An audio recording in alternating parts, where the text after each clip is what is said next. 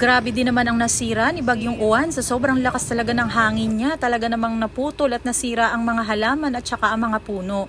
4:45 nga pala nang lumabas kami ng bahay para mag-walkathon at napakabilis namang mawala ang sikat ng araw. Isip mo ay nadilim na kaagad. Sa Gihay pa rin nga pala ang destinasyon namin sa araw na to. Hulihin mo daw kung matapang ka.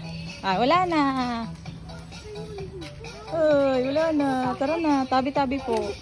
At eto nga sa bandang ito, napakarami pa ring mga halaman at puno talaga ang nasira. Ito, kalamyas. Saging, sayang, may bunga pa naman. Kamantigi, ayan. Yan yung ano namin. Yeah, may langgam. Ayan, yung alahas namin noon, earrings. Ito, mami. Ayan, tapos ikiklip mo siya sa tenga mo. Ano to? Seed. Sino kasama mo? Saan? Ay, gagalit yung dog. Hindi ko maikabit na maayos. Wow, rich. Nakabit ko na 18K. lang. Natanggal kasi nakaano pa, hindi pa malaki. Tabi-tabi. Nung bata pa ako, pipitas ako ng dahon. Kasi wala akong pambiling mangga. Kasi aamuin ko siya.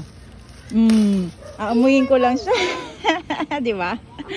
Pag nagkikrave ako sa mangga, aamuin ko lang siya. Tuwang-tuwa itong dalawang ito kapag kinikwentuhan ko ng gawa-gawa ko noong bata pa ako. At eto nga, nakita na kami nila Yara dito sa may kalsada dahil papunta rin naman kami sa kanila at titingnan namin yung baha. Swimming ka na. Nalusong lang din ba kayo dyan? Oo. Okay. Ibig sabihin safe. Yoy, ako Yuda. At eto na nga ang Water World sa bayan ng Lopez, Quezon, ang barangay Magsaysay. Tadadan! Bata pa ako talagang bahain na itong lugar na ito. Sobrang lapit na rin kasi nito sa ilog at saka mababa talaga itong lugar na ito. At dahil kinikwento ko nga kayo na at kay Michelle na nung mga bata pa kami ay naglalaro kami sa baha, kaya ito sinabi ko sa kanila, o sige, experience nyo rin ang paglalaro sa baha. Pero ang kaibahan naman ng baha noon sa baha ngayon ay mas malinis yung tubig noon kumpara sa ngayon. Halos nagsiswimming pa nga kami noon pero hindi naman namin inilulubog yung ulo namin. At eto nga, bumili na rin ng candy, baon si Michelle sa aming pagwa-walkathon. 5:37 pa nga lang ay tinakasan na kami ng sikat ng araw. Talaga namang nagdidilim na ang paligid. Hindi na kami masyado makakalayo-layo nito at sa bukana na lang kami, babalik na lang kami agad.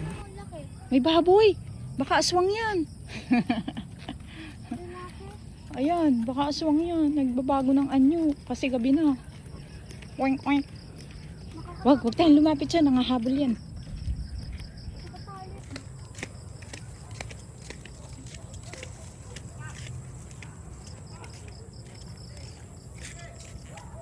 Kahit na medyo dumidilim na sa lugar na ito, ay napakaganda pa rin talaga niyang pasyalan. At eto nga ang sunset. Uusad pa kami ng kaunti, maglalakad pa kami ng kaunti, tapos maya-maya ay babalik na rin kami dahil talaga namang baka kami abutan na ng sobrang dilim dito. At sa panahon ngayon, alas 6 pa lang ay sobrang dilim na. Okay, madilim na. Babalik na tayo.